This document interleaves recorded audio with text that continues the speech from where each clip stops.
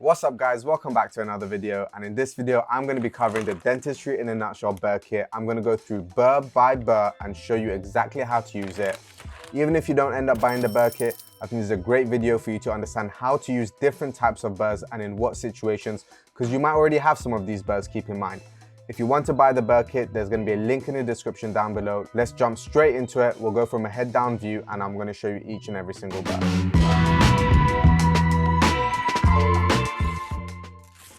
Okay guys, so this is what the burr kit looks like. It comes in a really nice metal casing and it kind of locks closed, which is really nice. So you can like throw it around and you're not going to worry about the burrs falling out. And this is autoclavable, so you can actually put this in the autoclave as well. I'll go through all the burrs. With the burrs kit does come a sheet which has all the 30 burrs on there with the numbers as well, which you can kind of reorder if you wanted to. So I'm going to refer to the numbers, because obviously you can see that this has numbers as well. So yeah, let's start with the first few burrs. The first 5 burrs are for caries management. So you can use them to remove caries, and as you can see, they're of different sizes. So you have a variety of sizes in there, and you can use all of them to kind of do your caries management. And I'm going to put this away now and go through some of the burrs one by one to show you some of the different uses and different ways that I like to use them. So this is the 4th burr on the kit. This is the red band version. The 3rd burr is the blue band version, which you can, do your caries access with.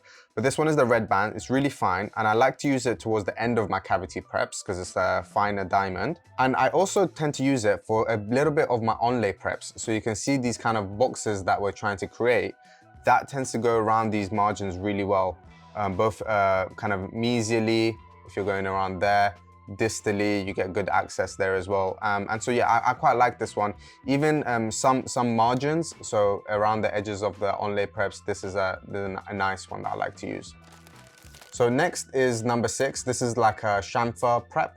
I usually use this for kind of veneers. So you can get some really nice margins with this one. You can go all the way around. This is a blue band burr, so I would use it to mainly do my gross reduction and to try and get a really nice chamfer margin there. And the next one, I'll show you, number 7, is a really unique one. And number 7, as you can see, has a little tip, which is non-cutting.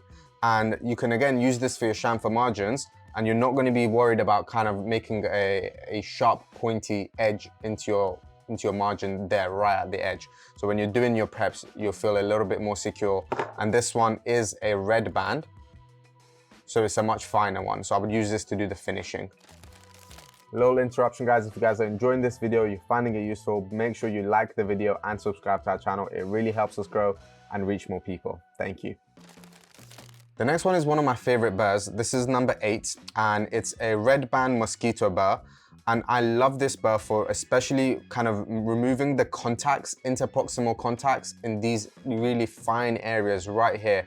So when I'm doing my preps, sometimes between the teeth, you can have some really tight contacts. I like to go in from the inside of the tooth and just gently kind of brush that over, bring it in, or rather out. Keep bringing it out and to get rid of that little contact that you have there. And that fine tip is really good at also getting the margins right there. So you can really kind of polish the margins, make sure you have no ledges and really polish that off. And it's also really good if you've got some really small fissure caries and you kind of want to do like an enamel biopsy. So sometimes let's say you got a big MO here, but you've got a little bit of caries there and it's like a little bit stained. I usually use this just to go over it to get rid of the staining, make sure there's no caries underneath it. It's a really fine tip, so I sometimes do that as well. And sometimes deep inside these boxes, sometimes these teeth can have really tight contacts and you can never really find a way to get your matrix band down there. And most of the time, it's just that you have to break the contact between the two teeth there. So I kind of just scrape it over gently in that area just to break the contact, again, just to get your matrix band in. That's one of the most difficult parts of using a sectional, just making sure that you've broken the contact so you can get your matrix band in there. The next one, again, is quite similar in most of its uses. I would usually use it in the interproximal regions to try and break contacts. Or if I've got a really long tooth and, I'm trying to really polish up all these margins here, this is quite handy as well. Just making sure you've broken off all the kind of unsupported enamel prisms. Next one, I don't have to do too much explaining. It's an Endo Z burr. I'm sure you guys have seen these before. It's a non-end cutting burr, so the end of it doesn't cut. So you can put it in your access cavities, move it around, and you know it's only gonna cut in the walls of your cavity. And it's really good, of course, when you're doing your endos. So you know that you're not gonna perforate. So the next one is a shoulder burr, and it's 1.8 millimeters in diameter. So if you sink it kind of halfway, you get 0.9 millimeters. And this is a blue band burr, so it's quite, I would say, medium grit. And you basically use it for your onlay preps or crown preps if you're trying to get shoulder margin anywhere. So if I demonstrate that here, you're literally just using it to get your kind of shoulder margins around those kind of teeth. And the next burr is pretty much the exact same burr, but red band, so you can do your finishing with this around your margins as well. The next one, this is burr 13, and it's quite similar, but it's got a smaller diameter. So this one is 1.6 millimeters. And again, you would use it for pretty much the same thing. And again, the next one after that is the red band version. And I absolutely love this burr. This one is so good for refining your crown preps, really going around that margin nice and slow, and making sure your margins are nice and clean. And one tip I have for you guys to make sure your crown margins are really smooth, make sure you're moving the burr only in one direction. Try not to do back and forth too much or going like big strokes like that. You don't want to do that. You want to go in one direction, so pick the direction, usually clockwise with your burr, and you just slowly take it around your margin to just finish it. And you just let go, move, and then let go, and then come back. That will make sure you get much smoother crown margins. So this next one is a quite unique one, and it's kind of like got a cone shape, but it's really flat. And we mainly use it in onlay preparations, and I'll show you exactly where this becomes handy. So you can see this kind of tooth. Let's say you had a palatal caries and you wanted to remove it. This burr will come in and go from the inside to the outside to create that margin there, right there. And you're using that very slowly. And the reason we want to use this kind of thick burr here is you got to imagine what machine is making your kind of onlay. If that onlay is going to be milled, the burrs are not always very thin. So you can't have a very small area diameter here. So you want to kind of open that up, and this burr is fantastic for that. So I can demonstrate that here for you, or similarly on this tooth to get your margins like this. You can also turn it around and roll it like this to remove any sharp angles. So you're slowly just caressing the surface of the tooth like that to remove any sharp angles there. And you want to kind of just be able to roll it, and that will give you a really nice onlay margin. And the next one, again, we have the red band version of that, again, just to do your finishing. So again, I would just probably hold it like this and do my final bits of finishing. So the next one is a depth cut burr.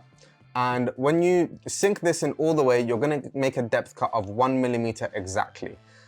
This is fantastic for doing veneer preps, and I would recommend using it with the Gorel technique. So you get your diagnostic wax ups made, you put the diagnostic wax up on all the teeth. So imagine you've got your putty stent, you fill it up with your temporary material, put it on, take it off, remove the excess, and now you've got your diagnostic wax up on the teeth. So you've got your trial smile. Now what you want to do is you want to prep through that trial smile, and the way you can do that is with this burr. You want a minimum thickness of 1 millimeter. So you sink it in, you take it all the way across. Once you've done that, you've made your depth cuts. You can get a pencil, color in those holes, and then use some of the burrs that I mentioned previously to do your gross cutting. You're doing this through your trial smile just so that you can do minimal reduction. You don't want to do 1 millimeter through the tooth, because you might not need that space. You might not need to do that much prep. But that's a whole nother video on the Gorel technique. If you guys don't know about it, have a look online and you'll find out a lot more information about it. But this is a fantastic burr to be used with the Gorel technique. The next burr is quite a weird one. I think it's called a barrel burr, and it's got a flat end, and you might think, what on earth are you using that for? But it's got a few uses. One use could be when you're doing your onlays, and let's say you want to get a very flat reduction of your cusp. You can use it like that on the top of the cusp to make sure you get a flat reduction there. Next use, and probably one of the best uses for it, is let's say you're doing an endo access on this tooth. You've done your access, and now you want to start getting your apex locator out and getting your estimated working length. Now, as you can see, these cusps have very pointy edges, and these pointy edges can kind of mean that you can be a little bit unreliable with the rubber bong that goes on your K-file. So with this burr, what you want to do is you want to flatten each of these cusps, and that will mean when you get your K-file in, the rubber bong will just sit on top of the cusp nicely, and you can get really accurate, reproducible readings with your apex locator. So the next two burrs are quite self-explanatory. They're kind of Arkansas white stones. You use these for finishing, polishing, end of preparation, cavity preps. These are fantastic for polishing. And especially this one, you can really use it on those crown margins when you're trying to get those shoulder preps to really make those margins really smooth. So this next burr, guys, is absolutely phenomenal, and it's kind of like an inverted cone. It's a red band, it's a fine grit diamond, and this I use to finish off my composites. Now the beauty of it is that it's an inverted cone. So let's say you've built up this beautiful composite on this tooth. You've got this nice anatomy on your cusp slopes. So you see right there, you've got this nice bump, and you don't want to get rid of that. If you use a rugby shaped ball burr, and that's what most people do, you get rid of that hump right there on that tooth. So what you want to do is you want to use this burr, which is the exact same shape of the slope that you're trying to create. So instead of using a rugby ball, which is the exact opposite, with a rugby ball, all you're going to do is make a big dip there. But with this, it's the exact same shape as your cusp slope. So when you're adjusting that little bit, you're not going to lose that beautiful shape of the cusp slope that you've made. But that's not to say that you don't need to use a rugby ball at all. We have included a fine rugby ball here as well. And I would recommend using this to adjust your marginal ridges. So if there's any marginal ridges you've built up that you need to adjust and you've got high spots, I would recommend you use this. So the next two are the spiral polishers. The order is the dark green first and then the light green. You want to be using them at around 4,500 RPM and ideally with some water and a light pressure. So use the dark green one first, then the light green, and you can get some really nice, beautifully polished composites.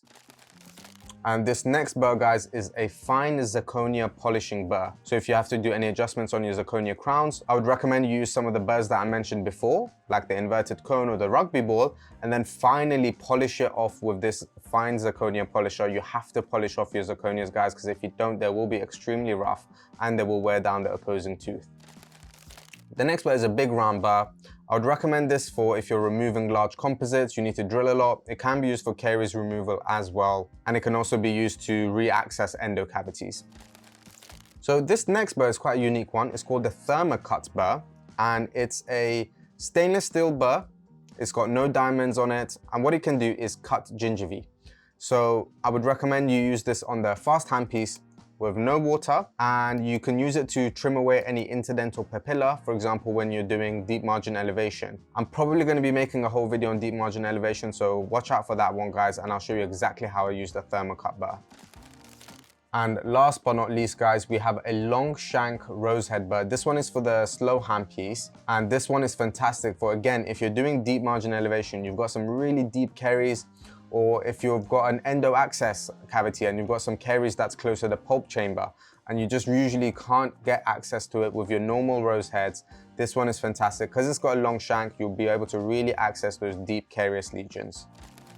Alright guys, that was all the burrs in the kit. I hope you found that useful and you got some tips from it. If you did, please put a comment down below, like the video and subscribe to our channel. We'll put a link in the description if you want to buy the burr kit as well. And we'll see you in the next video. Take care, guys. Bye.